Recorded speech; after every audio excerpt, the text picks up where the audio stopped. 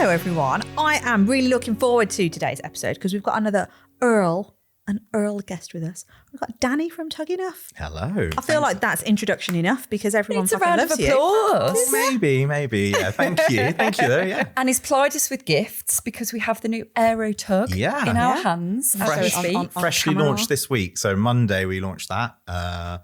Really getting some good feedback so far. So I'm going to test it out with my whippety puppy tonight. Please do. See, I'll give Please you do. Some feedback videos would be good. Yes. Yes, yeah. We'll see what Axel, the big hunking galoof husky, feels of it. Yeah, I love it. Thank you ever so much for making the journey to come in and see us in Earl. Thank you. I think that, doing these things in person is, ultimately much better anyway, because the conversation flow is much easier. And yeah. We're seeing quite a lot of each other recently. Yeah. You stick of us this last week. Actually. Yeah, I think over the last 12 months, we've kind of bumped into each other quite a lot over, whether that's at the PIF conference that we were at. What else have we done? We've done. There's like loads of little things, isn't it? And but it's nice. It's nice when you kind of get. I was going to say on a circuit, but it sounds a bit weird. Circuit. You know what I mean? Celebrity circuit. I wasn't thinking that. An event circuit. An event circuit. Well, I think it's like we were saying before. It's like it's that networking thing that actually really is so important. I think this is like one of the hardest things that we have to do in business is the networking thing. Because I think for a lot of us, certainly in the dog world, we tell ourselves the story that we're not people.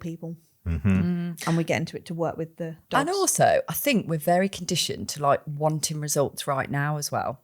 Whereas I think a lot with networking, it's about the long play game, isn't it? About the relationship building and nurturing and how that could potentially benefit you both further down the line. Definitely. 100%. I mean, I my background is not in dog training. I come from a kind of corporate background before I took over Tug-E-Nuff from my mum. I worked for big banks. So I worked for the Bank of Ireland and I worked for a company called Computershare. So they were all in like customer support roles, whether that was managing call centers and things like that. So my background was very different to where a lot of people that buy from us it comes from. But that networking side of things didn't really come to me very easy to begin with. I think it's probably only within the last 2 years that I've become a bit more comfortable in putting myself out there a bit more. And 3 years ago, I would never have done this. I would never have come on and done this, so the power of connections is really, really, and collaboration as well has really, really grown Tug-E-Nuff through the years. Actually, I didn't realise that about you. And I want to pick up on that because tell us the background then about Tug-E-Nuff. So your mum had the business then, and then how did you end up coming into it? And I want to know a bit about that journey because, you just saying like 3 years ago, I wouldn't have done that. Yeah. What's changed? What's happened in that time? So give us a little bit of background about. Yeah. So mum, Teresa. So she started Tug-E-Nuff back in 2009. She is a mad agility competitor and she still is. Right. So she's out every weekend, driving around the country, going to agility shows. She still does that. She still does it. Yeah, wow. Okay. She still loves it. It's her passion, definitely. That is, and that's really where Tug-E-Nuff was spawned from, really. So she had a dog called Indy. Well, Indy was a collie who didn't play, and I don't really know tons about agility, but I know enough to kind of understand that when you want to get that dog around that agility circuit, you need to get them riled up to want to be motivated to play or motivated to take on the course. So Indy didn't want to play. But Indy was very food motivated. So mum would be able to kind of lure Indy to do the things that she wants to do through food. So she decided, let's look at how we can put food into a toy and try and encourage Indy to play. And so she made our very first toy, which was a food bag. It was a little food pouch with hook and loop and closed up, and they had a handle on it. And then gradually she got Indy to start playing. And then loads of her friends saw this in the agility world and wanted them. So she started making them. And that's really where it started, to be honest. But then it just got a bit much, if that makes sense. So, at the very beginning, and I can't go into too much, but my brother was a little bit involved in the business. He went off and started doing something else. I saw that there was potential in this because she was selling quite a lot of them. When did the business start? 2009. Right. Okay. So quite a long time ago now. You know, it's been. But when I first, I was working in a company called Computershare in Bristol at the time. So I lived in Bristol, you know, I could have quite easily stayed on the trajectory I was on, and you know, gone up through the ranks of the corporate world, as it were, and you know, probably been earning quite a bit of money by now. But I didn't really want to do that. And I kind of always thought about running a business when I was younger. When I was a kid, I used to like make up stupid like procedures and stuff like that. Pretend I worked in a post office or something, like stupid things like that. So I always knew I wanted to do something that I was the kind of master of my own destiny, if that makes sense. And this was an opportunity, so I decided to give it all up in Bristol and come back to. So the business is in Devon. Come back to Exmouth and help Mum run it, really. And then I think probably a couple of years after I started doing, we started making some quite big changes. So we started working with the dog pet professionals through our partner program, so our affiliate program that we run, which really helped start to move the needle on the business. Those personal recommendations, similar to the networking thing that we were talking about, is so important to convincing people that they are worth investing money, or the products are worth investing money in. And that's kind of where it all stemmed from, really. To be honest, I gave all that up, came back, and what sort of question? I forgot what the question was. That finding out why you got involved, and then the journey that you've been on. Since Okay. We were getting there. So the probably more questions in one than should be. So the journey really was, I came in and I was very much just going through the motions of what Mum had previously done. And then I decided actually we need to make some changes to sustain the business and grow the business and make it more profitable, essentially.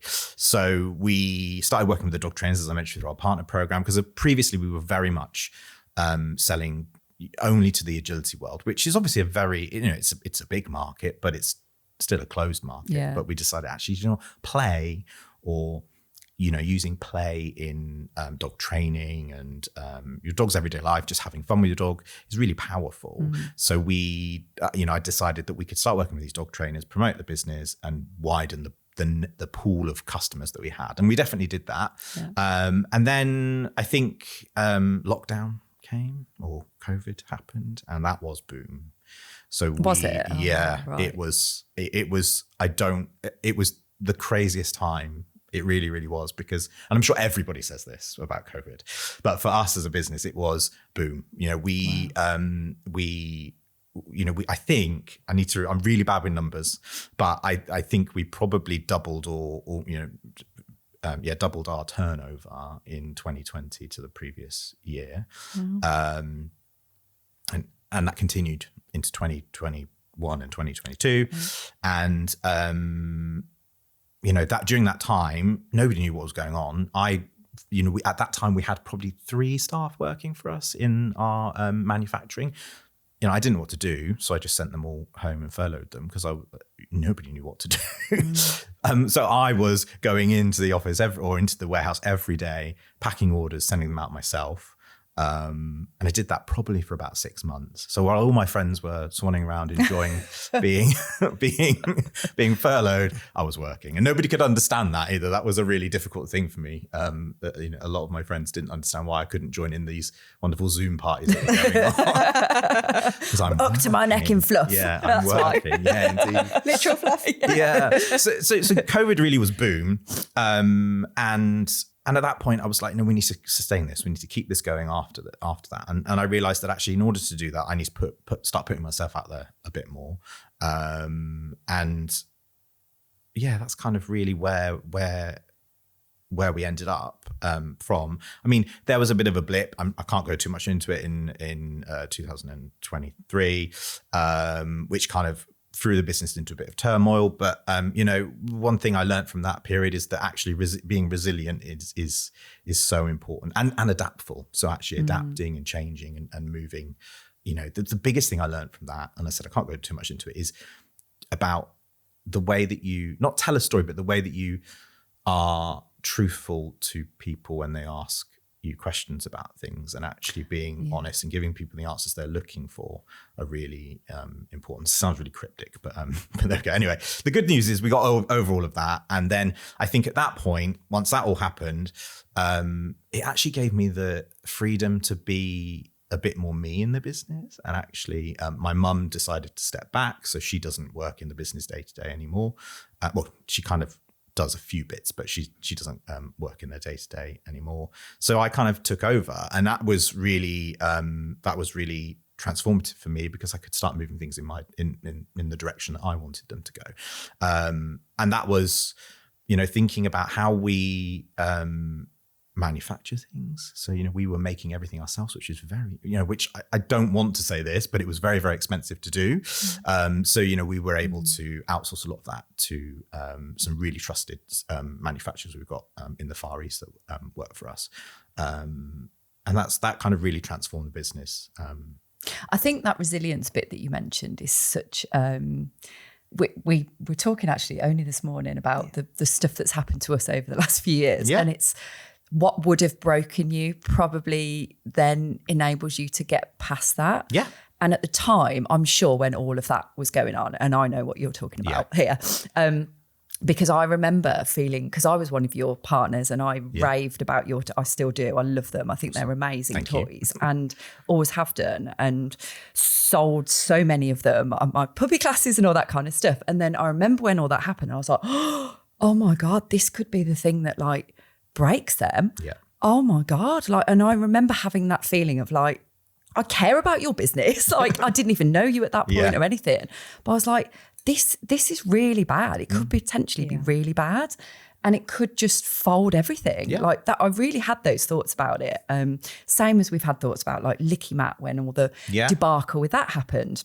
And it's like good people doing good things here. And all it takes is something like that, a scandal or whatever it is for people to just break all that trust again. So I think the things that I learned from that period, well, number one, that social media is it's the necessary evil, really. For business, it is fantastic. We can get in front of the people that we wouldn't necessarily be able to find any other way than, through, just through the launch of Aerotug, we have worked with some dog trainers who've done some really great content for us. We've worked with influencers, and having all of that, being able to amplify that via social channels is really powerful. But at the same time, it gives everybody a voice who doesn't necessarily know the full facts of things, and able to jump on the bandwagon. And I said this at the time, I don't blame anybody for any assumptions that they made or conclusions that they drew. But I think the thing that was really important for me is that I gave people, not all the answers, but I was open and transparent about the situation and about how we weren't involved. And, it was a really, really difficult time. I would say that as you mentioned, there was days where it did break me, and I was like, I can't do this anymore. And, Chris, my husband, he had to, he works for the business now, which has been, we can go into that as well, but he had to come in and take over, because there was days when I couldn't go in. It really, and I'm not one for talking about like sort of my feelings and all that kind of stuff, but it really did break me for a good few days. But anyway, the good thing is that, by being open and transparent, by looking at the conversation that was going on around what was happening, we were able to kind of navigate that in a way that we could work out how we could get through the other end, if that made sense, by looking at the way that people wanted to know things, give them the answer, not know things, but they wanted answers that they weren't getting. So we were able to provide them with answers for our personal, the Tug-E-Nuff side of things. So they wanted clarity on that you weren't going to be contributing to all the stuff. God, it's hard. Yeah, hard. It is hard. It is difficult, and actually, it's also a really important lesson, and in any kind of controversy, because it could happen at any time. And it's the same thing as you mentioned, the Licky Mat thing. all of the decisions that they made to do that were innocent in their own world. It was just everybody else jumping on the bandwagon, and all right, as a business, you should be a little bit more. You should be aware of more savvy of with the it, world maybe, around you. But everybody makes mistakes, and I think this is one of the biggest lessons all of us end up going through. And funnily enough, again, like we were having this conversation this morning, and just you don't wish this on anyone that they have to go through it, but I actually don't think it's kind of like a double-edged sword, really, isn't it? Because if you want to have great impact, I think you have to go through the shit that will come with it. I don't think you can navigate it. No matter how much you invest in incredible mentors, no matter how much you invest in yourself and teams and all of this stuff, I just don't think it's avoidable, because you have to learn things. But then on the flip side, I can see why people almost forcibly keep themselves small to try and avoid that. Yeah, definitely. I think that things can happen at any time. We were talking this morning about the launch of our brand new toy, Tug, right? We have tested this to within an inch of its life, but this could have been something that we missed, right? There could have been something, or there won't be, but there could have been. That won't be. But that could throw, we've sold hundreds of these already, so since Monday, something that we might have missed or could have missed could cause us a massive problem. It could be we'd have hundreds of complaints about these things. But it's about how you formulate a plan and deal with that, and how you own it. If things go wrong, you need to own it. That's really important. And I've learned that from where I came from, so the customer service background. When you're dealing with a customer that isn't necessarily, and this happens in business, in Tug-E-Nuff now, but when you're dealing with a customer who isn't necessarily happy with the situation, you've always got to think of it from their position. And if it is something that you've done wrong, is own it and just say, oh yeah, I made a mistake there, sorry. Because actually people are generally much more amenable once you've kind of admitted that you made a mistake and it was something that you didn't mean to do what you did, if that makes sense. And you're hearing them and you're understanding their frustrations. That's the big thing, isn't it? Going, I get it. I hear what you're saying. I totally agree. That's not ideal. Then the bit that happens next is the really important bit, isn't it? Like, how do we deal with that, and how do we make sure they are happy? Because the same thing happens with, like, Kongs, when you've got the black extreme Kongs, and I've heard people going on social media like, it's not indestructible. I'm like, well, it's not. It's not made of fucking metal or steel. It's rubber. At the end of the day, there's going to be some dogs that destroy the bloody thing. Of course. Of course there is. And they know that, and the person really should know that. And it's how do we navigate that situation? It's managing expectations. That's the key there, isn't it, really? I mean, I think that there are always going to be people out there who have unrealistic expectations of everything, really, to be honest, and it's just about how you hear them when they it's I think an example could be I hear what you're saying, it's I don't know, it shouldn't happen, but it did happen, and this is what we're going to do to sort it out for you, all these types of things. So I think that that is really important, is hearing. And do you know what? I probably shouldn't say this, but you can word things in a way. I think we've kind of meandered onto customer support, haven't we? Those sort of things. Fine, it goes everywhere. This episode. Anyway, like, but you can word things in a way that will make people feel better. Because sometimes, especially for your own business, you don't necessarily always want to admit that person that's being a arse or whatever is right.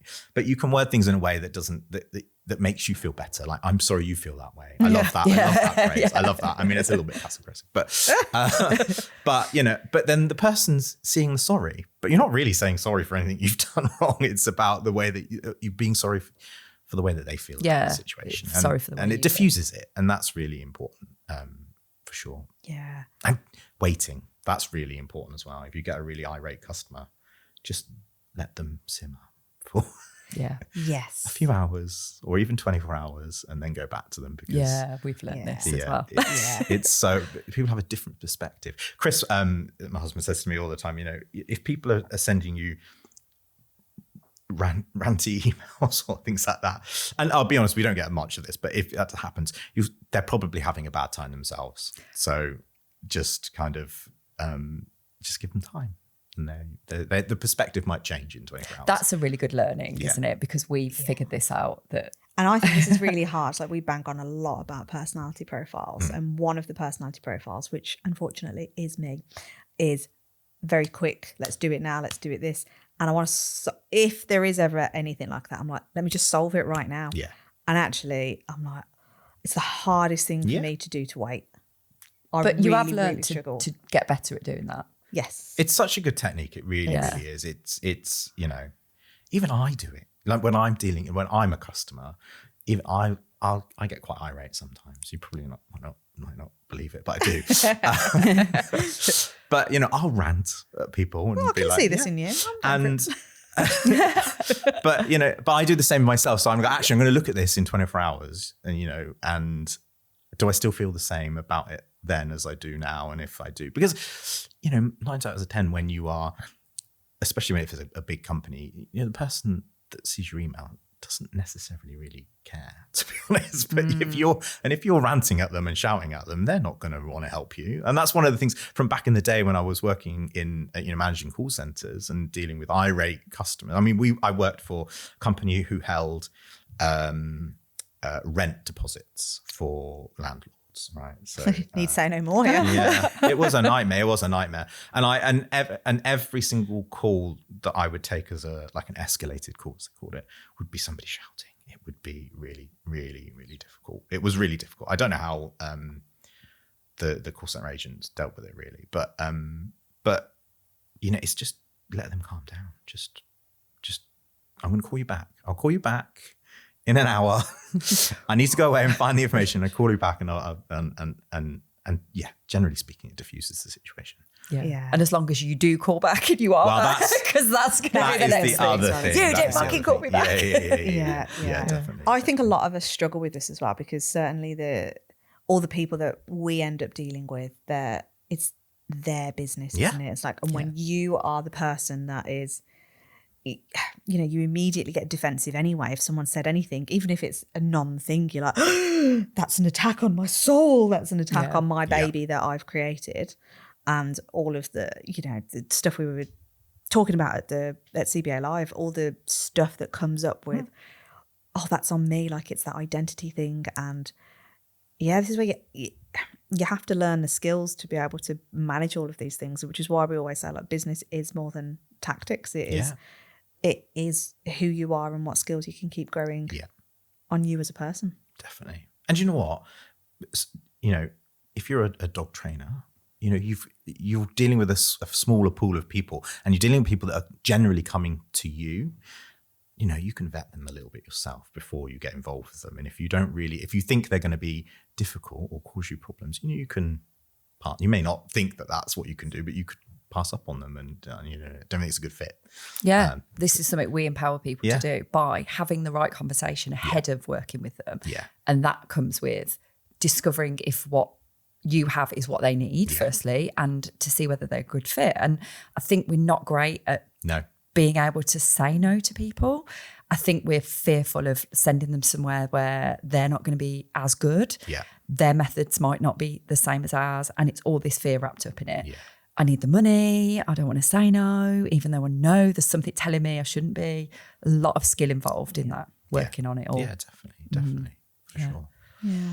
Oh my God. I feel like I'm doing a really crap job of interviewing today, because I'm just loving listening to you talk. I'm like, yes, nice. It hasn't really been a question and answer, which is good. That's how it should be, really. And I think that I came today, I didn't really prepare anything, because I kind of just thought that this is exactly what it would be. Just a chat.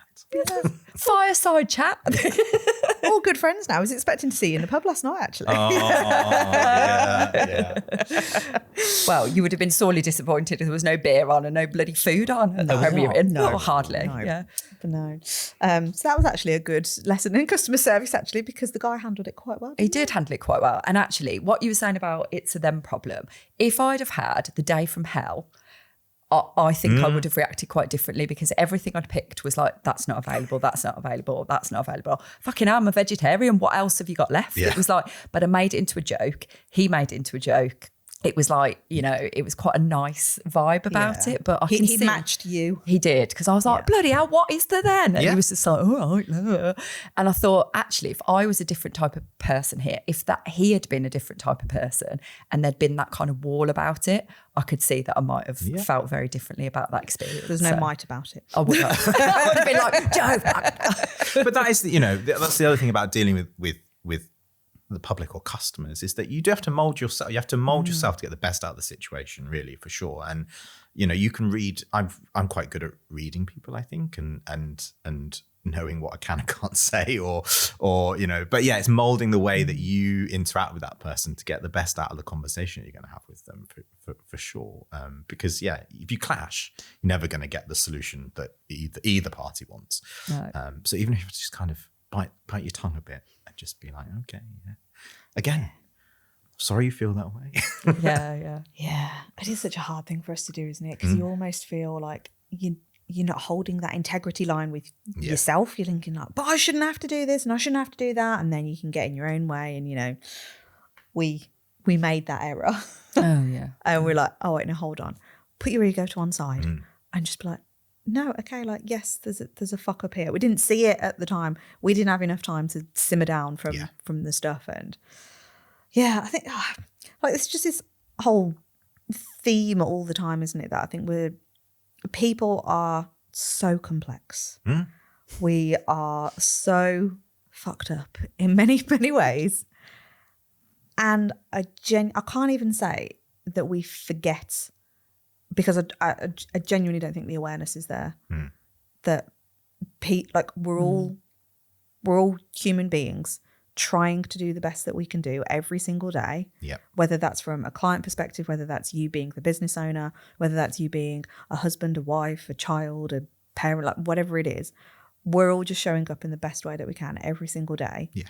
And it's hard and it's okay and it's everything. It's all the messy middle stuff. Yeah. And I think it sounds really cheesy and cliche to say it, but that whole, like, there's not enough kindness and there's not enough happiness in the world. Yeah, it's very true.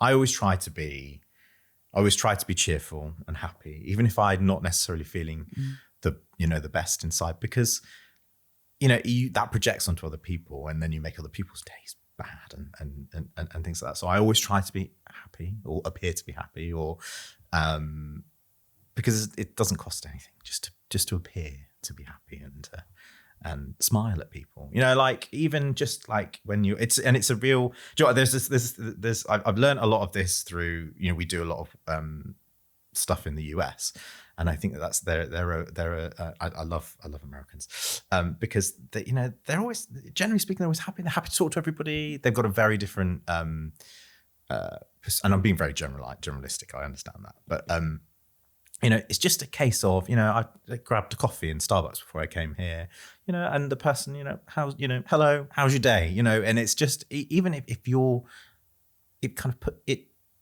puts people not off guard, but it, what's the word I'm looking for? Makes them feel a bit better immediately about the conversation you're going to have. And I mean, that's literally just ordering a coffee, but, you know, it's just say that to everybody. Yes, you know, how's your day going? You know, having good, you know, even to somebody you don't know, just be nice. And isn't it funny how we criticise the Americans for like have a nice day and stuff like that? But actually, if we did more of that, it would be a nicer place to be, wouldn't it? Yeah. Because I think we are so I remember doing this heavy a lot of the time in this country. I'm like, oh, the world's weighing me down. And do you know? Yeah. You know, like when you're on a dog walk, whether that's just walking around a block, or I used to go up and down the canal. Like, you're forced on people up a canal, aren't you? Because there's not enough room. Space. Yeah. But I would always be like, morning, like people on the barges, like, morning. And I would say it was a good 50% of like, I'd get 50% of people that go like, oh yeah, morning back. And others that are like, what are you talking to me? Yeah. Talking to me for? What is this thing? Do you know what do you want from me? What do you know where you always get, and there's probably other scenarios, but I've got a motorhome, and whenever, and this is where I laugh every time. So at 6 o'clock in the morning, letting the dogs out in my PJs, looking in an absolute state, hair all over the place. And if you see another human being that's probably doing the same and got a dog and needs to let them out, you always get morning, and it's always genuine, and it's, no one cares what you look like. You're in a field, for God's sake, at the end of the day. And it's very primitive, like, you know, because that's what you're there for. And I feel like you go back to basics in situations like that, and you never get knobheads in places like that. You don't. You just get people who are nice, and they're all there for the same reason. I think that's it. You're all in a club. Yeah. So you're all in the same kind of. You've got a shared interest. Yeah. Do you know what I mean? And actually, that then again puts people's guards down a little bit. They can feel like they can be a bit more relaxed and say hello and all that something. You know, I mean, this is a completely different analogy, but you know, I used to drive when I lived in Bristol. I used to drive a smart car. I used to love my smart car, but what you'd always find is every other smart car driver on the road would wave at you. Oh yeah. Because it's like you're in that club. We get it with motorhomes. Yeah, exactly. And if someone doesn't wave, you're like, oh, they didn't wave. But didn't you used to get it with like Beatles? Like, I think you can get it with like we had it and with like the old Defenders as well. Like, yeah. And it's about finding your club, isn't it? Really, if you find your club tribe of of people, it's really. And that's really what this is all, you know, the networking that we do at, you know, when we go to conferences or dog training events and things like that. It's about building a club or tribe of people around you that you can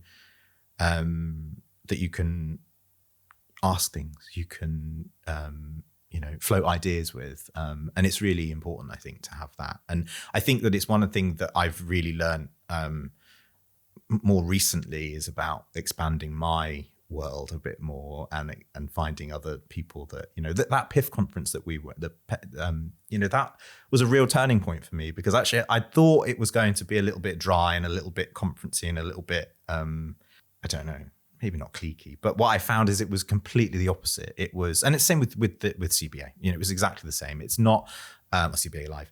And maybe it's a change in me, maybe it's not a change, you know, maybe it's not those events themselves, but I came away and, you know, I've got people that, you know, I chat to now about business.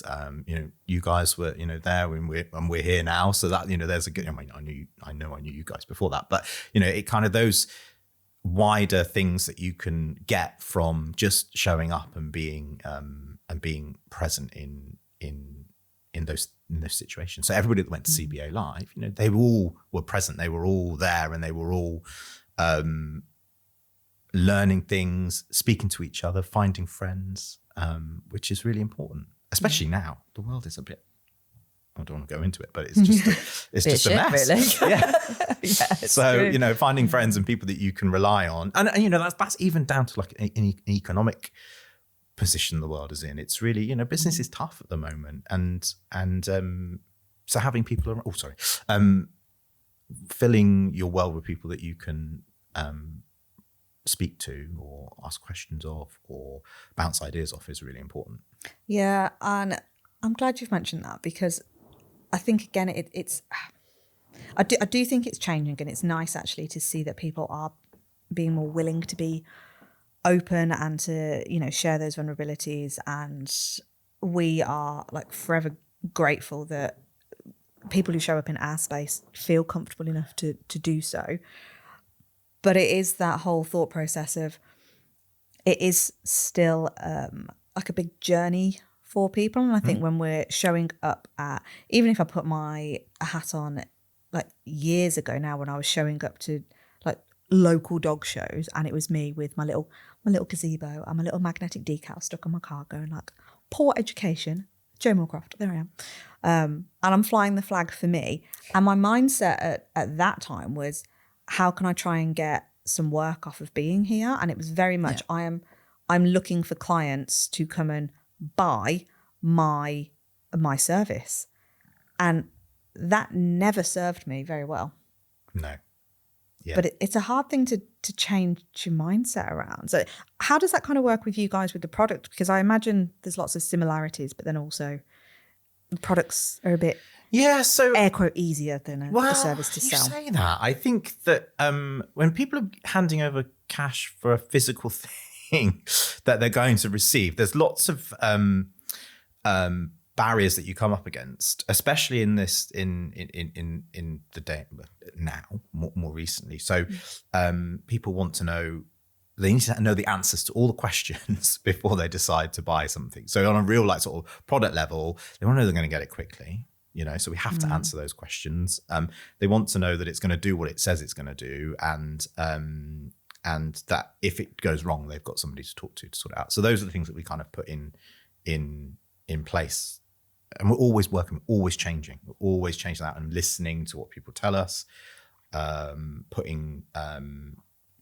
changing the messaging up so that it's really obvious and clear to people what's going to happen when they part with their cash. Because, you know, Amazon has made commerce like instant, hasn't it, really? And the expectations have changed quite a lot over the years. So how people expect products to arrive immediately, they don't want to wait for them, which is, you know, I'm exactly the same. So yeah, you've got to always stay on the pulse with that and move things around. Yeah, there is this instant gratification thing that's really, really difficult now, isn't but it? as the world has created it, and we are just a product of like the way that culture is now, isn't it? Yeah, definitely. But I think that, you know, going back to what you're saying about,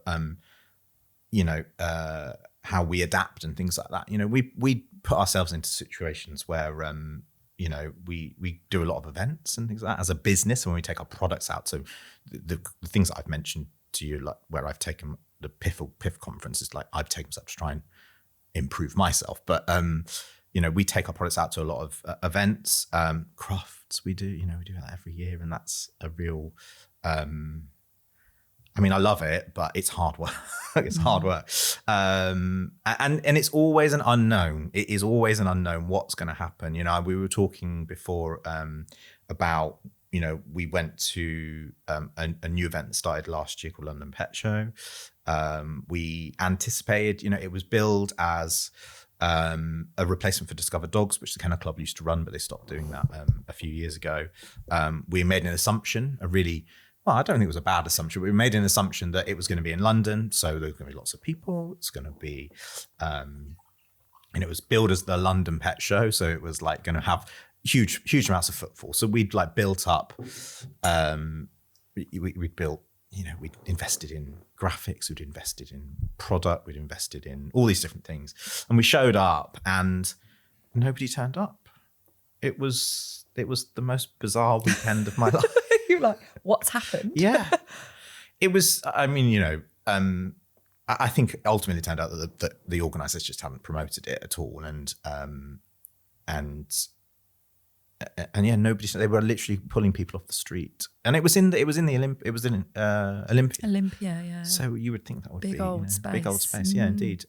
But, you know, so that was like, I think 2 hours in, we hadn't sold anything. And I was like, this is terrible. This is end of the world. And I went into a spiral of this is awful, and I just shut down and all that kind of stuff.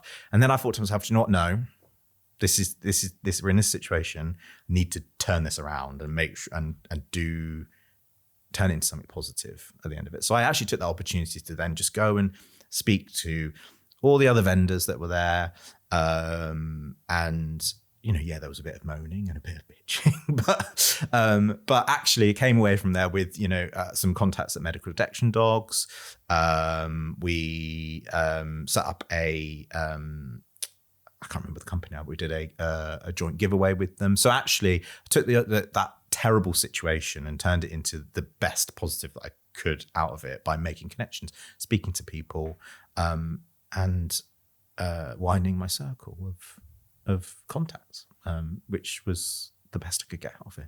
Yeah, and there would have been people that came away from that going, what a waste of time. Yeah. And that was just not what I thought it was going to be. Yeah. And I think to have that ability to flip that mindset and go, right, we're here, we've invested, we're never getting that back. That's gone. No, it's gone. Was it 1 day? No, it's 2 days. Oh, so it's 2 days, right? Okay, so 2 days of time and everything. But to be able to have that ability to flip it, I think is a real skill, isn't it? Did anybody not turn up the second day? Yeah. I think some people did. I would imagine. Disappear. The problem with that is, and we've contemplated that before in the past, where we've maybe decided to do events that may not necessarily have been the right fit for us, you know. But the problem with I think the problem with packing up and disappearing is that there may have been people that were planning to come to see you that second day, and it's the what if.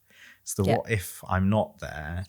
You know, I understand that, you know, we're in a really fortunate position that events, you know, are an important thing that we do as part of Tug-E-Nuff, but we don't rely on them. But there definitely were businesses there, and there definitely are going to be businesses probably listening to this that are going to, they rely on that, you know, they rely on that. They've taken their time. They've decided, okay, I'm going to invest my time in this event, and nobody shows up or nobody buys anything or things like that. So, you know, I can see at that point, you know, you've got to make that decision. Is your time worth more than the potential sales or potential connections you might make? But that's a decision that you've got to kind of weigh up yourself and decide. Yeah, it's I've definitely done events before when I was in my dog training world, and like the staff members I've taken with me, or like the volunteers, they've gone, oh God, this isn't doing anything. But again, it was that expectation that people are suddenly going to come flooding to us and go like, hey, I need a dog trainer. Yeah. Let me buy your thing. And because that wasn't happening, and at that time, I allowed myself to be talked into and going like, oh yeah, actually, this is kind of a waste of time of being here. Yeah. So we packed up and went, and then I was like, I've done nothing else with my dad. I've just gone home and maybe sat and watched TV, or I've gone and walked the dogs, and I've done nothing with that time. Yeah. Whereas over these last several years, I'm like, actually, no, like I can be in the wrong place, but I could make the best. We can turn it into something, and we can do connections. And, you know, like Vicky and I, we've invested in being in various rooms with CBA, and some of them have gone down really well, and others were like, okay, not the right audience. That's fine. We'll learn from it. But there are still about 5 people here who we can make some really solid connections with, and you just never know where that's going to go. And I think this is where it can potentially sound a little bit icky, because it's still that like, well, what's in it for me? Yeah. It's like I'm making a connection to say like, what's in it for me then? But I think that's natural of anyone. And again, it's like, what's in it for you, for your business to make the biggest impact and do all this nice stuff that we keep talking about. And that's where that ego thing steps in the way again and goes like, oh, well, you know, you're just being a selfish twat then because you're just looking in it as to what's for you. Like, yeah, but we all do the same thing because we're human. Yeah.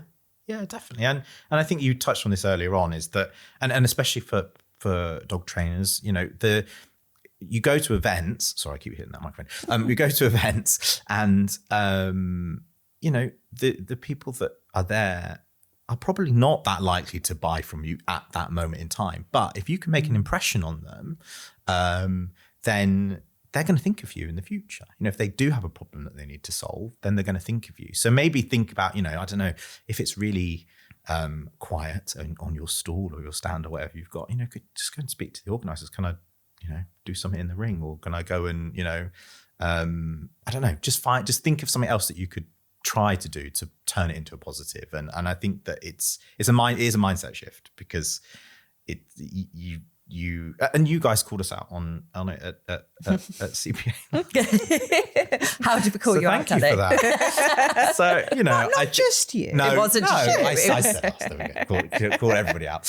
All the vendors out. And I think that, you know, it is easy to turn up to something and think, I've got to stay in my lane here. You know, I've got to stand behind my table and wait for people to come to me. But, you know, that's not necessarily true. And that is a mindset shift for me as well. You know, actually, you know, we were, after you know, so for people who weren't there, didn't see, you know, you called out the traders, or what do you call them? Traders? Exhibitors, sponsors, yeah. Whatever you want to call us. Somebody said the people around the edge. The people around the edge. Indeed. Selling things. But just for you know, just standing behind our tables, not waiting for people to come to us, rather than going out and speaking to people. And, you know, I think sometimes there are situations where that would be inappropriate to do, like sort of just go outside of your lane and start, you know, doing it. But you know, after you said that, I decided, you know what, I'm just going to go and sit on tables and talk to people, and I did that, and that was, you know, it's I wouldn't, and to be honest, even if you called me out, I wouldn't have done that probably 2 or 3 years ago, because I wasn't as confident as I am now in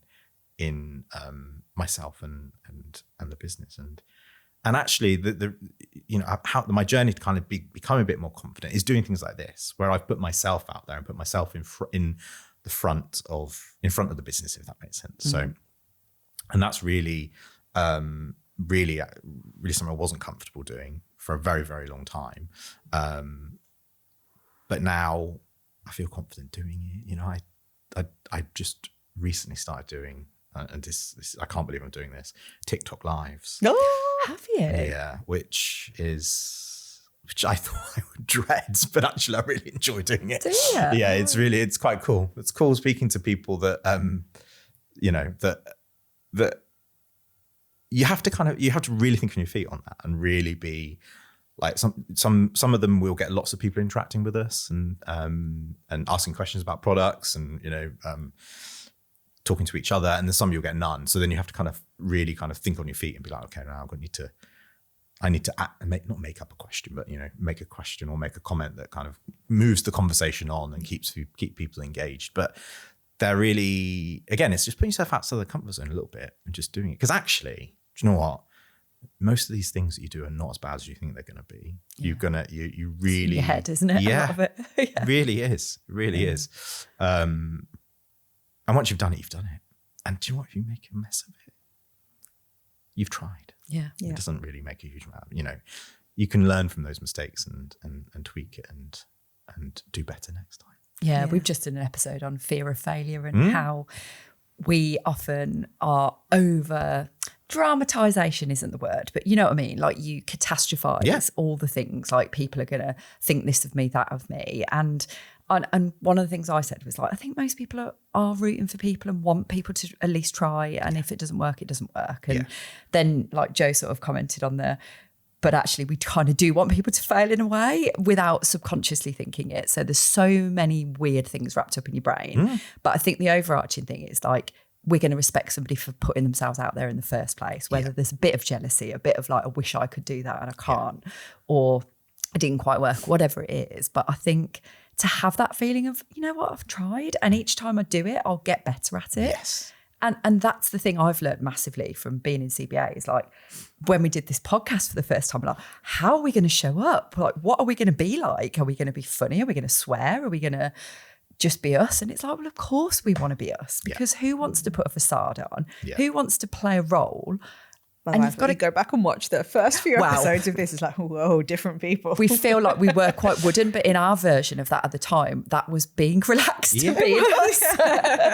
But everybody evolves. Everybody changes over time, and I think it's the core. As long as you stick to the core reason why you started doing it, that's really, and you're true to yourself. That's really all you can do. Yeah, and I think also it's the expectation of what you're doing it for. Like, what are you expecting to get out of those lives? So it's like, if you're same as what we were saying about events, right? If you are going there, especially a service-based business, if you're going there to sell the thing that you do, be very sorely disappointed, because that isn't going to happen. And like, especially people who've never heard of you before, you can't expect someone to just go, oh, business coaching for dog trainers. Oh, okay, I'll go and buy that thing there. And that is not the expectation we have. We have the expectation of building awareness, building the brand, having somebody go like, oh, I saw them and their wacky outfits. Like, if anyone's listening to this, you need to watch it on YouTube, because we've actually got matchy outfits on today. We did it especially for you, Danny. Oh, thank you. Not sure how he feels about this. It's like, I didn't ask for this. But it's that familiarity of like, oh, I've seen you guys before. No wonder you've turned up in like palm tree trousers and stuff. Yeah, and I think that's the same for like sort of for us as a product business. And this probably goes to the question you asked me earlier on. This is probably a better answer to give, is that actually, do you know what, people will be they'll either hear of us from a referral. So whether that's like a word of mouth referral from their friends, or their dog trainers recommended a product, they're going to land on our website or see our socials or things like that. And that's just like, we don't expect people to buy on that first visit. It's not going to happen. I mean, it does, but it's not going to always happen. So, we always think about all the touches that we can have with those people along the way. So that's why we encourage them to sign up to our mailing list when they land on our website, because then we can, send them follow-up emails and offers and things like that, kind of tell them about the product, tell them about us as a business, who we are, that story that I told you at the beginning of about where Tug-E-Nuff has come from. We tell them that in that. And it's all those indicators that build trust with people to then go, actually, okay, now I'm going to part with my money and buy one of these and give it a go. Also things like, we get so many people that post videos and pictures of their dogs playing with the toys that, we leverage all of that. If people allow us to, we leverage it because actually it's proof that what we've got is something that is valuable or worth the money. It's valuable. It's going to do what the person thinks it's going to do. So it's about those touch points again. And it's the same as like sort of events that we go to, so Crufts is a prime example. So we sell a lot when we're at Crufts, like a lot. But actually what we do see is that on our website, so our online sales peak during March and April. And that's just off the back of the association, the back of people seeing us and seeing us at Crufts probably and going, oh, I didn't buy it there, so I'll go online and buy it today. So, it's really important to kind of think about not that first visit, that first conversation you have with somebody, how you can nurture them is really important. Yeah. And actually, when I was thinking back of like when I was a dog trainer, I always use your toys for like the demos, and I'd always go through play. Like it was like quite a big part of how I did things with people. Get one of your toys out and they're like, oh, the dog's never played like that before. And it was just such an easy sell for me to go. And I wasn't even part of your partner program at that point. And I'm going, buy these things, they're brilliant. But I'm not saying that. I'm literally using the toy. They're seeing it and going like, that's fucking amazing. Yeah. And then they go like, how much is that? And I knew this thing about your toys were more expensive than you could get from Pets at Home.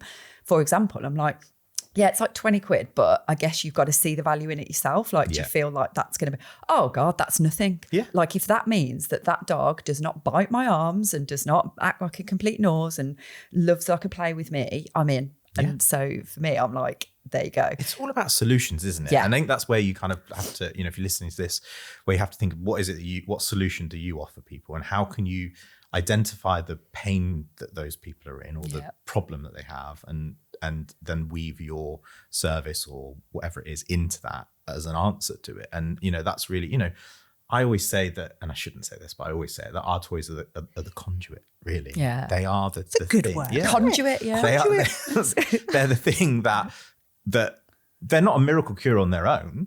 You still got to play with the dog. You've still got to. Well, that's where a dog trainer comes in to show them how to do that best. But, exactly. Yeah. And that's why it works so well for us to partner with pet professional dog trainers.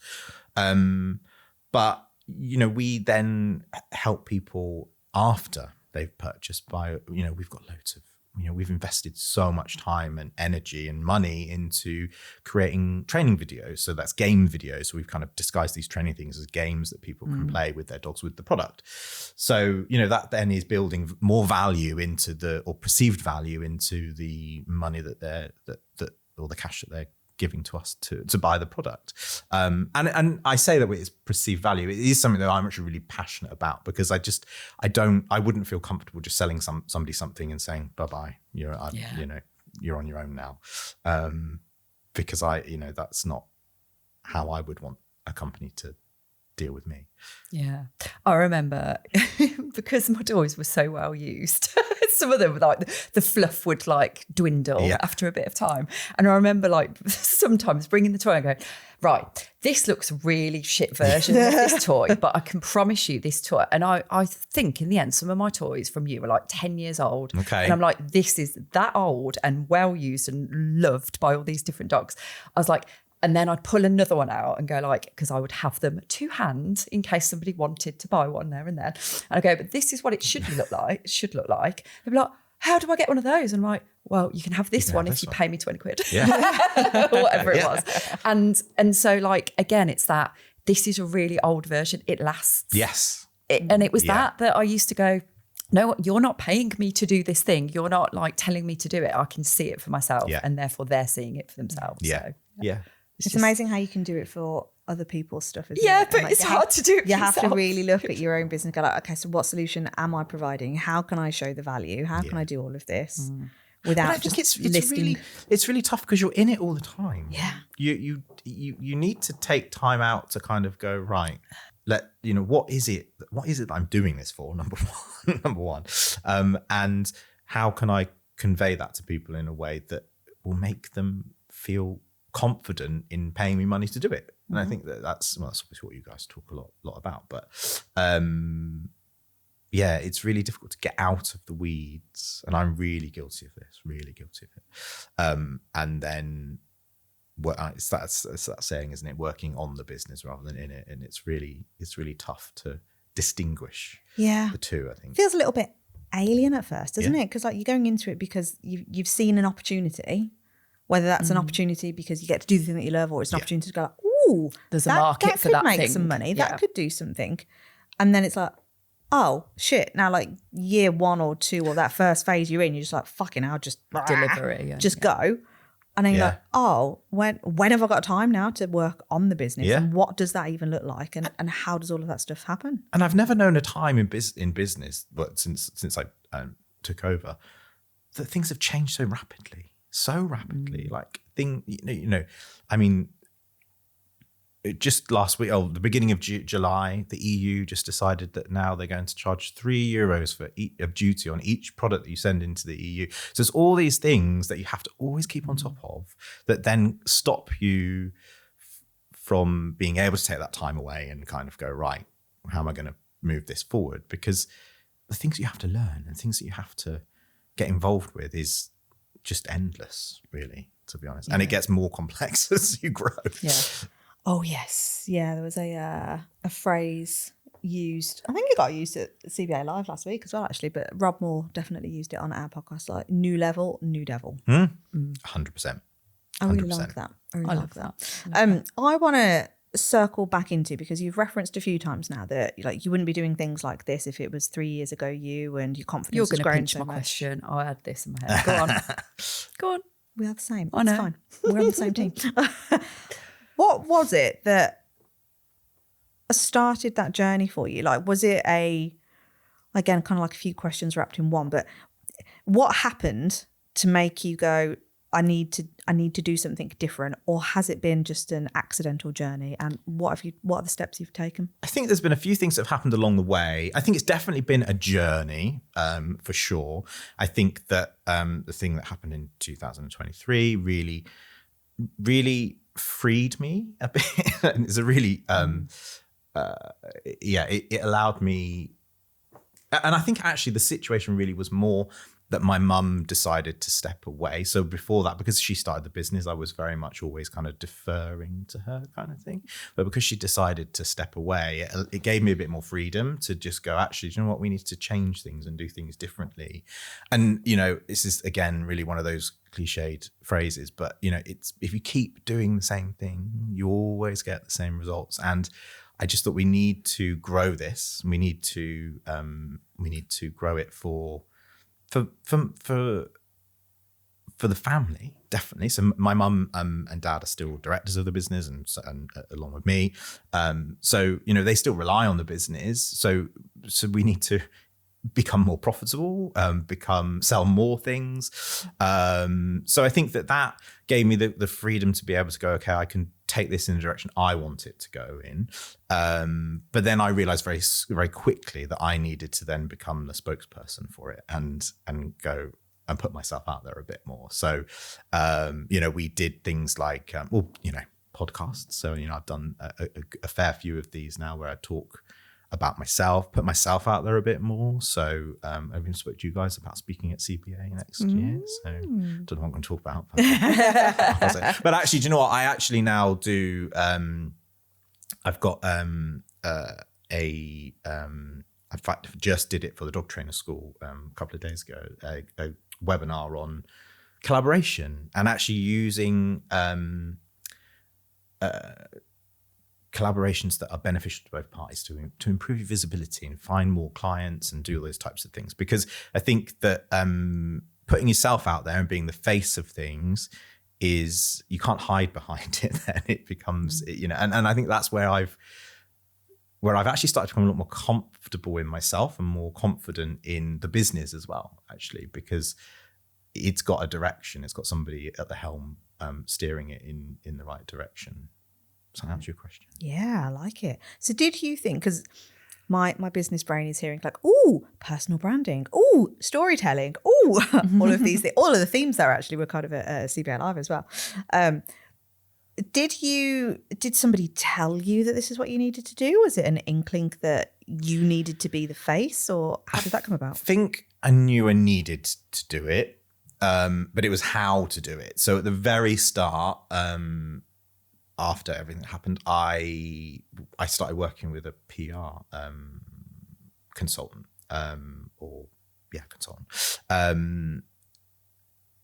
to kind of start pushing myself out there. The business number one, but then pushing myself out there, and that was really key, because I wouldn't have done it myself at that point. I wouldn't have gone, oh, there's an opportunity here. I wouldn't have gone out and said to somebody, oh, can I come and do this, or can I do that, or whatever. But now I feel more confident to do that. So, I put myself forward for you guys for next year, hopefully. It just become more confident in yourself. People, I think the thing that probably changed it for me is I never thought anybody would be interested in what I had to say. Oh, yeah. I'm with you on this. Yeah. And I think that, and the other thing that I've always suffered with in this business particularly is that I'm not a dog trainer. I don't really have any formal experience.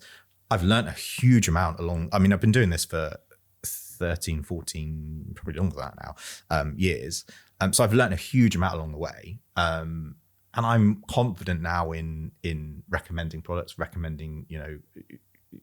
or giving advice to people on things that they can do with the toys, and but actually in a more practical way of how that's going to help them impact on maybe, I don't know, recall training or things like that. So I'm confident in doing that now. So I always had that kind of, I shouldn't really be doing it because I feel a bit like a fraud doing it because I don't have that formal thing. But actually what I've done is I found my voice in talking about things outside of dog training. So like this, having these conversations about about business and about and about my experiences in business, really. And actually that fits with the doing the thing that you do know and the knowledge you have really, really well. Yeah. And not trying to be someone you're not. Yeah. Because you're not saying you're trying to be a dog trainer. You're not saying I know all this stuff and I can take you through a journey of like transformation with your dog. You're saying this thing that we have was born from this reason. Yeah. It does this job and we see the results every single day. Yeah. And I know that it helps with that situation and this situation and the other. Yeah. And that's what you're owning. Yeah. So, and that's all, that's what I feel comfortable doing. And that is what I think has been successful so far, for sure. And we've got loads of people around us that kind of help us with that. The actual, not mechanics, but like, I guess the training applications behind it. So Chelsea, if anybody's seen any of our videos, they'll see Chelsea. She used to work for us. She used to, probably about 10 years ago, she used to work for us. And she's decided to move on and open her own dog training business in Wales, in Devon first of all, but then she moved to Wales. But she still, she still collaborates with us. She still comes and fronts those videos for us. And then that is that because she is a dog trainer, that legitimizes it. The credibility. Exactly. It's the credibility that almost, actually, we are experts in what we do. Although I may not be a dog trainer running the business, but we are experts in what we do. We are, I think that's kind of how I view it now. Yeah. And also a thread that's running through everything you're saying is, and I really love the fact that you said we're doing it. One of the drivers is the family, is the kind of legacy that you want to leave behind and all that, and profitable and we shouldn't be afraid to say that. No. But also, if the product was shit, that would never happen anyway. So it has to become this profit with the purpose bit, and the money is a byproduct of it. Yeah. And from what I'm hearing, I don't know if you are, but this is what I'm like, the thread that's running through everything, because there's no substance. Like if you just the money drives it all, and the product shit or the services shit, it's not going to work. No. It's not going to have the impact. So. Those things are really difficult to juggle. They are really difficult to juggle because, just this product here, I keep talking about it. It's like a little plug, isn't it?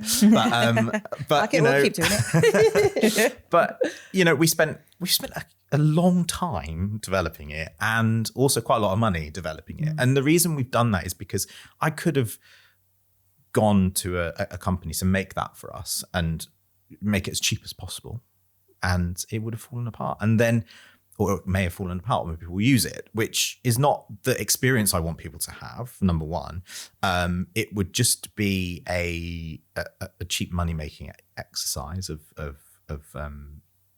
making it as cheap as we possibly can. And the utility wouldn't be there. So you would have complaints, you would have, it just doesn't look good. It's not good. And it's not good for longevity either of a business. So, what you were mentioning about, you had the threadbare toy. Very sad looking version. On being really cutthroat and hard and cold about that's a problem for us because it means I was thinking that when you were saying it. No, it's a good thing. It's a good thing for you, and it's a good thing for from a business the consumer. Bit, it's like, I'm never going to keep rebuying. So you've got that customer retention problem. Yeah. So it is a real problem for us. I suppose it's too good almost, isn't it? Yeah, and when it comes to a product-based business, the things that drive that forward are, things like average order value, how much people are spending when they come to your website, how quickly they come back and buy again. It's very much the same, not just for a product business, any business really, even for people listening to this, how what's the lifetime value of that customer? And if you know those things, then LTV to CAC ratio. Yeah, and it's why iPhones do so well, because the bloody software, all that. Yeah. That's the reason people get getting new ones, because it slows down on purpose, which is why I don't have one, and I don't agree with it. I don't have an iPhone either. Yes. I moved away from Apple. I probably shouldn't say this, but I don't know, about 3 years ago. And I've never looked back. A recent. I've been a lot longer than that, but I just I don't. You have like a Mac that. though. I do have a Mac because they are good, but iPhones, Androids are as good. I'm sorry. I like my Google Pixel. And me. That's what I've got. I'm going to go so and say I love my Google Pixel. Oh my God, we're phone twins. Ryan, what are you? Are you an iPhone? Yes, I am. Okay, right. We're good. We're even. Come on. Even. Get your boxing gloves on, Danny. Yeah, come on, Ryan. Hold on. I was trying to think of a posh way to say boxing gloves, and I don't think I can say it any other way. What boxing gloves? No? A Ryan way. Like a lift voice. The lift in the hotel last night was like floor 1, like the Queen. Oh. Like a 1940s voice. I was going to say in the Village Hotel. I can't believe there was only one lift in that. Oh, No, it was shocking. that was a little bit Village crazy. Hotel, if you listen, sort your lifts out. I tried doing my lift voice in that hotel as well, because I don't know if anybody clocked it, but there was a little a sticker on it saying, what was it? Voice recognition Voice or recognition, something. voice activated or something. So I went in and I was like, floor 3. And it took me to floor 4. And I was like, did you think I said floor 4? Floor. I think someone was just having a bit of a laugh and sticking that on, because I don't think it was actually voice activated. I think it was filmed. It's going to be a program where everyone's in a lift going, lift, take me to floor 3. Yeah. Do you know what I've kind of heard from? I feel like I've been quite like just an observer on this. You have been in the background. I'm absorbing. I like it. I don't know if you agree, Vic, but I'm hearing business basics brought to life here. Because what you've mentioned, business basics is our self-paced course that you can do. And the way that Tug-E-Nuff started was with that niche of creating something, like one thing for the agility audience. Like you're starting off with your niche, and then all of a sudden like this origin story comes in, and that origin story is still very prevalent today.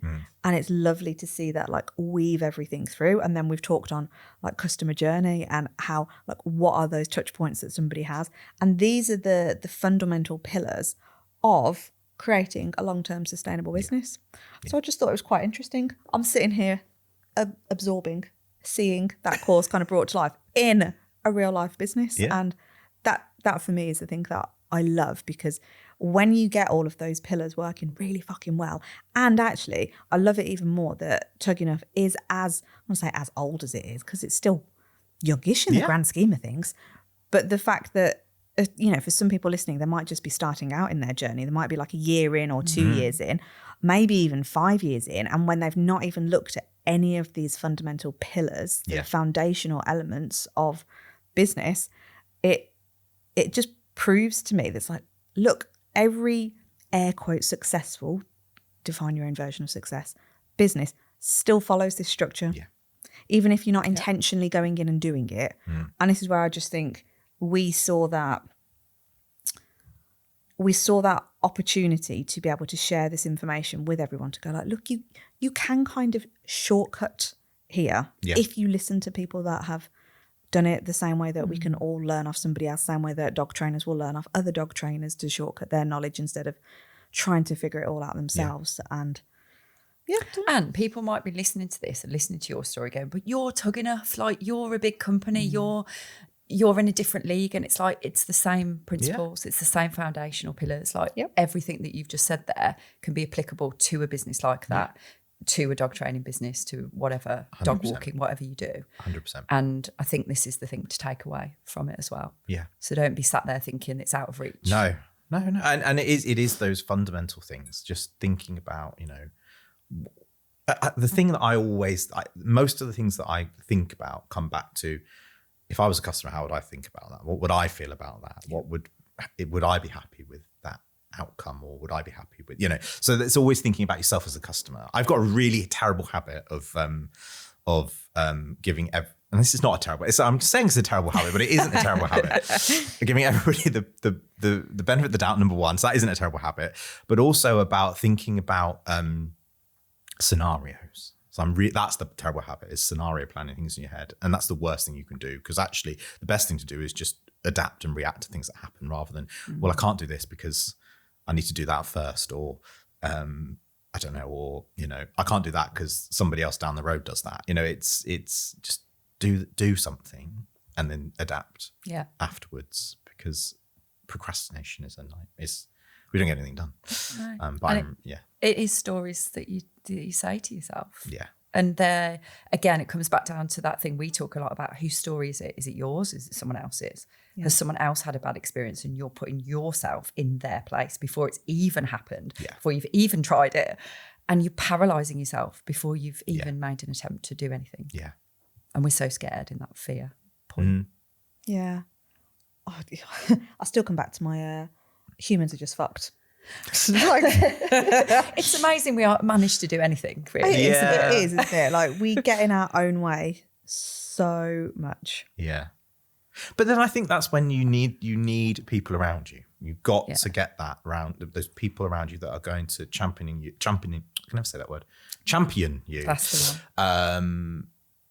Or give you advice, or give you help, or just be sounding boards. Or just help you see it in a different way.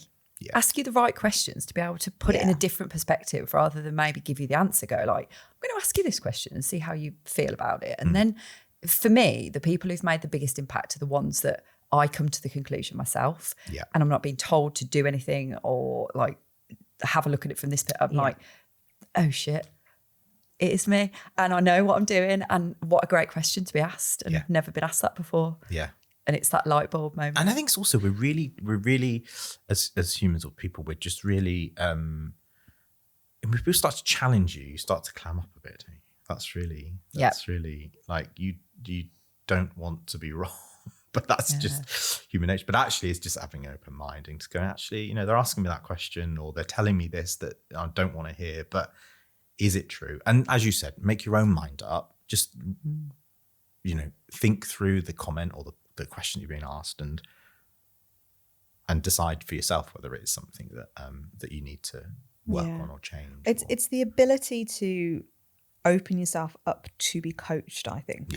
Yeah. I think a lot of us will still, because I genuinely think we're just wired this way. Like, you seek validation all the time, and actually it's safer and it's easier to feel validated, even if everything's going to shit around you. Yeah. Oh, it's validating that you're also still struggling. Yay. It's really validating that you're still, yes, okay, cool. So now I'm safe. I'm safe in the not safe, but I'm safe there, because actually anything above that, I don't know what that looks like. That feels scary. Not very many people are doing that. So is it even possible? I don't want to be the first one to do that because what if I fail and then I look stupid? And it's easy to get defensive in those situations as well, because we're indoctrinated a lot in this industry and other industries. I'm not saying the dog industry is unique, even though we think it is. Yeah. It isn't in that way. We've done it. We've got really defensive about certain things in the industry, and then that's the parameters you stick with, because no, in our industry, this has to happen like that. It's like, who says? Who makes the rules? And like, no one does. But we're just so safe in that little box, doing the things we do, of what everyone else does, that we're so frightened to think outside of it. So it's easy to go defense. That's the mechanism that's going to keep me safe. Yeah. What's next for Tug-E-Nuff? What's next for Tug-E-Nuff? It sounds like you're on this journey of growth. Yeah, I think that it's definitely... Have you got your postcode? What?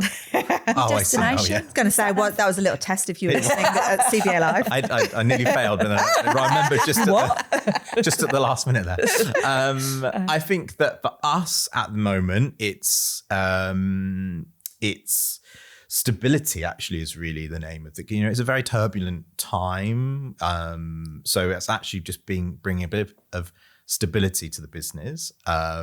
At the moment, we are that still... is so important, by the way, isn't it? Yeah. We underestimate the importance of that stability, because you almost could look at it like stagnant, but it's not. It's like, actually, if things have happened with us and things have happened with you, it's like you need to find that space where you can sit and just go like, let's take stock, let's look at what's working, what isn't, and go from there. So. Yeah, and I think that's not just around money or money coming into the business. It is around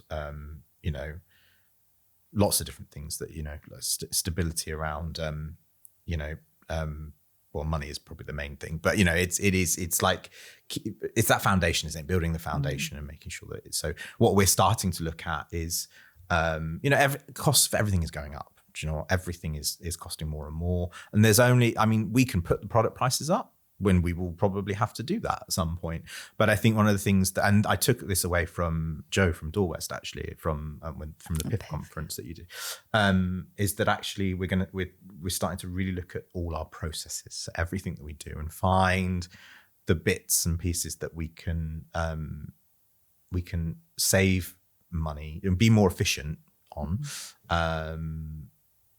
to bring that stability to the business. So actually everything's a lot more predictable. We're not going to have a spike of, we need to buy all, we buy a lot of stuff in big bulk. So actually, working out when those peaks and troughs are going to be in sales and matching that with when we need to order order products and things like that. So that's really key. The US is a huge focus for us. We started seeing growth in the US, maybe in 2025, like last year, or the year before.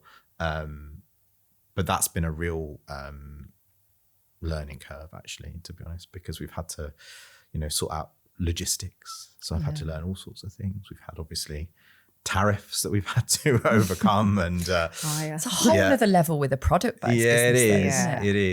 It is. But the US continues to grow, which is really, really important for it's a really important market for us.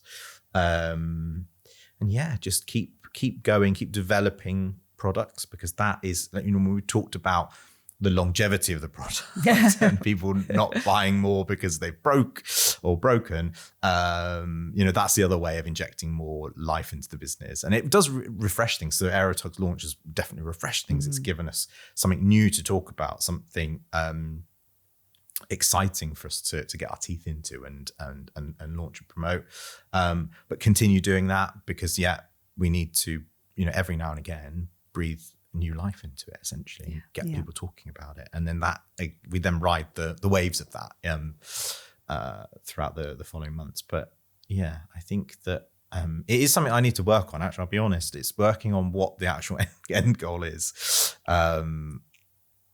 It's a challenge to work out what that actually means. But it's not a really good answer. But it is a really good answer. It is a good answer, because that was kind of the whole point of, like, so many of us, and again, perfect example, a really well-established business, we still are not 100% floundering a little bit. We're not. There's not that huge clarity on that that Where's it postcode bit for going? your sat nav. It's like, where are we going? What is the vision? And that's when some of the business decisions can feel a little bit wonky. And I think actually the thing that is probably the most important consideration in that is where you want to be. Not necessarily you want your business to be, it's where you want to be at a certain point. Yep. Because especially if that's your only source of income, or it's the only focus that not only focus, but is the focus that you've got. That is the only way to get to your goal for yourself, rather than where you want the business to be. I think that's really a really key thing to think about. Yeah. One thing I will say though is, in the time we have known you, I feel like you have grown a lot. Yeah, I think there's a big difference when we first met you to now. I mean, even I've noticed it myself. So I think that is really, it's nice to hear that, because thank you. Because I've worked on myself a lot, and I think that it definitely wasn't something that would have been in my comfort zone, as I said, however many years ago, to do that and put myself, I wouldn't have come and done this. I would have hidden behind the business and been like, nobody wants to hear from me. But they do. And they will be listening to this with, I think it's a really good episode. Yeah, it's a be cracking episode. I don't even know what the time is. I'm just enjoying it that much. But it's just felt really an easy conversation to have. And I think, again, because we've built that relationship up with you, and we've kind of gone through a bit of that journey with you almost, that I feel like it's just come we've both gone through those shitty times together. Yeah. And we have been at things where we've like, oh God, this is happening, and you're like, but it is, they're all the things that you'll go through in business. You go through it. You've got to just be resilient and pick yourself back up again if anything gets in the way, and find opportunities. Opportunities are really sometimes really difficult to see, but they are there. For sure.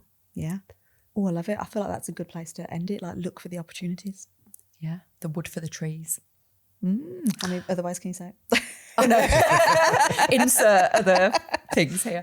I think this is a really good opportunity for you to talk about your partner program. Yeah. Because you have an audience that are going to be interested. So the partner program, I can't remember what year. I keep plucking years out of the sky, but we've been doing it for a very, very long time. And essentially it is, we know that pet professionals or dog trainers are the ideal people to talk to their clients about play, really, number one. So it's about bringing play into your, whether that's one-to-ones you're running or classes or whatever, but then also recommend a product that you can trust, number one. So, we've built these products to make sure that they are as durable as they can, talk about this before, as durable as they can be, but they're not indestructible, but nothing is, but even those black Kongs are not indestructible. But really, really simply, you recommend our products to your clients, and then we pay you a commission. That's it. It's very simplest level. And it's free to join. And I'm sure we can put some links and stuff like that. Yeah, we'll put it in the show notes. Definitely. And actually, for somebody like me that was recommending them anyway, it was just like, okay, I can do this thing and get a little bit back. We hear this all the time. And that's the first thing I say is, well, if you are already recommending them, we want to pay. We want to pay you some money. And actually, it's something I say quite a lot is, we actually want to pay you. And it sounds really, but we do really want to pay you, because there's a real business reason behind that. And that is that Facebook and Meta charge us a huge amount of money to put our products in front of people. But if you're doing it anyway, then actually, I want to pay you to do it, you as a dog trainer or a pet professional to do it, rather than me paying, Meta as a thank you for exactly, as a thank you, definitely for doing it. So we pay you a commission in the very simplest terms, and we make it really easy. We give you leaflets and QR codes that are all unique to you, and you get discounts for yourself. So if you buy a product yourself off of us, then you get a 20% discount. We also run, and you guys have come and presented one for us, a monthly webinar, and we only focus on business side of things. We never dabble in dog training, because that's not we just don't want to get involved in it, to be honest. But it's always, exactly. It's always about improving your business. and whether that's through what you guys came and talked about, or customers that we dispatched to on customer service. So yeah, we always run those every month. But yeah, that's really, and it's very simplest terms. We do have a pro version of it, and the pro version gets you a little bit more commission for when you refer clients, and we send you a bundle of toys as well. So 6 toys worth. I can't remember how much it is, but that's an annual subscription of it's £50 basically. It's $49.95, but it's well worth it. It's well worth it. You get double the amount. Yes. You get double the amount of commission for referring your clients to us, and those bundle of toys which you can use yourself, and also show to your clients, because actually showing people what to do with them, like you said, is really where the magic happens. Yeah, I'm sure they've all got a little kit of stuff that they bring out, and I used to have a little bag of stuff, and I'll go like, oh, there's this toy in here. So if you're doing it already, and it's just like, because they align with your values and you just love everything about the toys, just take advantage of this partner definitely program. And definitely do it. Yeah. Good thing to add in. Yeah, definitely, for sure. Brilliant. Amazing. Where else can people find? Is that the best way then? The partner program? Definitely. I'm on LinkedIn if you want to listen to what I've got to say. Or the website, basically. Or TikTok Lives. Or TikTok Lives. Get in and support him on there. His face is like, oh, fuck. I need to watch these. I need to get in. I actually really love doing them. They're fun, because you don't know what's going to happen. Who knew that you would love doing that? I know. I didn't think I would. It took me a long time to go, actually, we're going to do it. And actually, do you know what? One last thing. This is something that I've learned I do to myself, is I put myself in situations I can't get out of things. Because you do it then. So and that's what happened with TikTok Live. I was like, I'm not going to do this. And then I was like, do you know what? Let's schedule one. Let's schedule it. I'm going to do a video. I'm going to say I'm going to do it. And I can't get out of it then. Oh, accountability. Yeah. That's exactly. Like CBA Live. Yeah. It's got to happen. We've got to, people have bought tickets now. Well, yeah, it's true. You've got to deliver on it. Once you've done it, you've got to deliver on it. This one here she wasn't overly sure if we were going to do a CBA Live 2026. What year were you in? Yeah, 26. Last year, I was like, never again. And then halfway through the first day, I was like, oh my God, yes. No, it was phenomenal. It really was. And in fact, Shawnee, who came last year, she was sad she didn't come. So. Was she? You took her place. I did take her place. You did. But I'm glad I did. It was fun. And the barbecue was really good. Yeah. That was it was nice. It was like chatting to people. That's really something that, I wouldn't have done. Mm-hmm. Just talking to random people is not really in my comfort zone. But yeah, I'm more comfortable doing that now. Yay. Well, you're very good at it. Thank you. Are. Very good at it. Thank you so much, Danny. No, thank you. Thank you for having me. And excited to go drinking with you in Chicago. Yes, we can spend. Oh my God, we can spend all that time with you in Chicago. Yeah. Good. Chris is really good as well. So. Oh, good. I feel like you'll take us to some nice spots as well. We'll try to. Yeah. Well, thanks again. We'll see you all on the next episode. Thank you.